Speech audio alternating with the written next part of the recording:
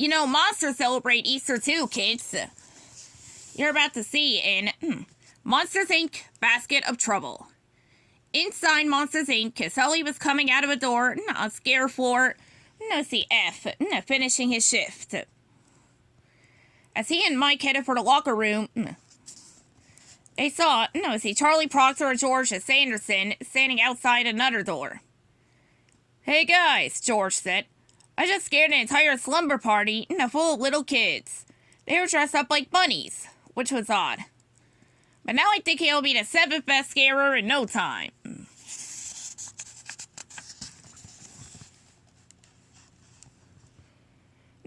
Charlie ran off to get started on his paperwork for Roz.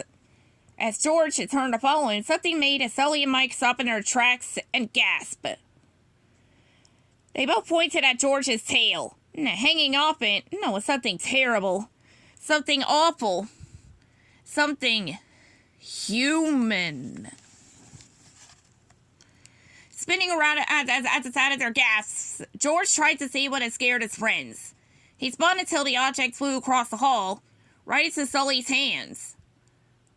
Sully's eyes grew wide as he looked at the object. It was shaped almost like the bottom half of an egg, without the top. Then he realized exactly what it was. A basket. A human's basket. Sully let out a very unmonstrous squeak and threw it at Mike. Back and forth the basket flew among them. To Sully, to George, to Mike, and then back to George. None of them wanted to touch it. This is, screeched George. Let's see, the worst, yelled Sully. Keep it away from me, shouted Mike. Finally, Mike shouted, Guys, keep it together. This is a human object, remember? We can't just stand here in the hallway with it. George nodded. You're right, he said. If Charlie sees me with this, I'll get another 2319. And I can't have another run-in with the CD8. He reached behind him and patted his backside. My fur just grew back.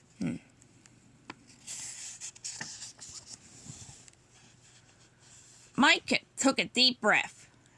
Okay, first things first, we need to get it to the locker room and stay there until we figure out a real plan. How are we going to get it there? Asked Sully. I don't want to touch it again. Mike grabbed his gym bag and pulled out a pair of shoes, a hammer, and a pair of glasses. See, no, he whispered to himself. Finally, he found his oven mitts. Here you go, big guy.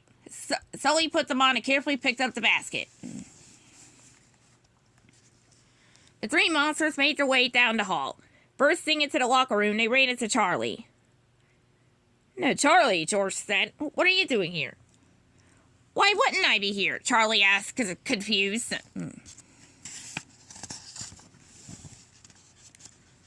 Mike didn't hesitate. Because, Charlie, he said, we thought you were with Roz for the big award. Big award? Charlie repeated. Mike nodded. I heard the CDA wanted to see you. Something about a special badge for your help with those 2319s. You really should get going. Full of excitement, Charlie raced out the door. The trio of monsters sighed in relief. They needed to get the basket back as he threw its proper door. Fast. But just then the locker room door swung open and a group of monsters walked in.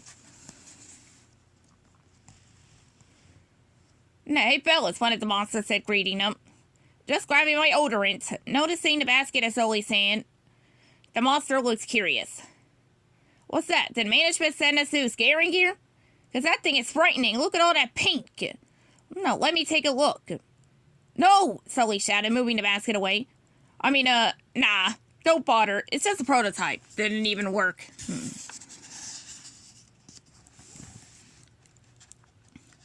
Acting fast, George jumped onto a bench. All eyes turned to him. Hey, so, have you heard the one about the oven mitts? The group of monsters waited for George to go on. They were so hot, they were cool. He finally finished. As the other monsters groaned, Sully slipped out. Mike hesitated. George, tell him to let where cows go for some fun, he said. Before George could say anything, another monster jumped in. The movies? He answered. We've heard that one, but have you heard this one? As the monster told his joke, Mike followed Sully to the scare floor and called back the doors George had gone through that day. Sully popped his head through each doorway, but he had no idea what he was looking for. Then Sully remembered that George had mentioned bunnies. He and Mike opened one door after another. They didn't find any long-eared, fluffy-tailed critters, but Sully did run into a very affectionate cow. Then Mike saw something green sticking out from under one of the doors. It was a piece of grass, the same grass that was in the basket.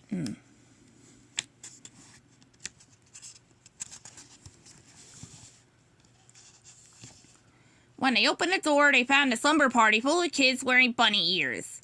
Sully tiptoed into the room. All he had to do was put the basket down and get out of here before anyone noticed him. Easter Bunny? Is that you? Sully froze. One little girl was wide awake, staring at him with big, tear-filled eyes. Then Sully noticed that she didn't have a basket next to her like the other girls. Easter Bunny? The little girl said again. Not sure what else to do, Sully put the oven mitts on his horns, then began to hop like the bunny he saw on the television in the room. Did you bring back my basket? The girl asked. Sully held out the basket. The girl bounded to her feet to grab the handle. Sully had begun to walk back toward the door when, Easter Bunny, the girl said again, stopping him. You're blue, and you don't really look like a bunny. I'm in disguise, he whispered, turning for the door again. As Sully opened the door back to Monsters, Inc., he heard the little girl whisper, Silly blue bunny. Sully smiled and hopped through the door. Once he was safely back on Scare Floor F, he and Mike both let out relieved breaths. That had been too close. Those were some interesting moves back there, said Mike. If scaring doesn't work out, maybe you could get a job being an Easter Bunny, whatever that is. Sully shrugged. A scarer's gotta do what a scarer's gotta do, he replied as George caught up to them. Hey, George, Mike said. You should see Sully's new trick. Show him, Sully. Hop to it. The big blue monster smiled and began to hop down the hall. Behind him, George and Mike just laughed. The end.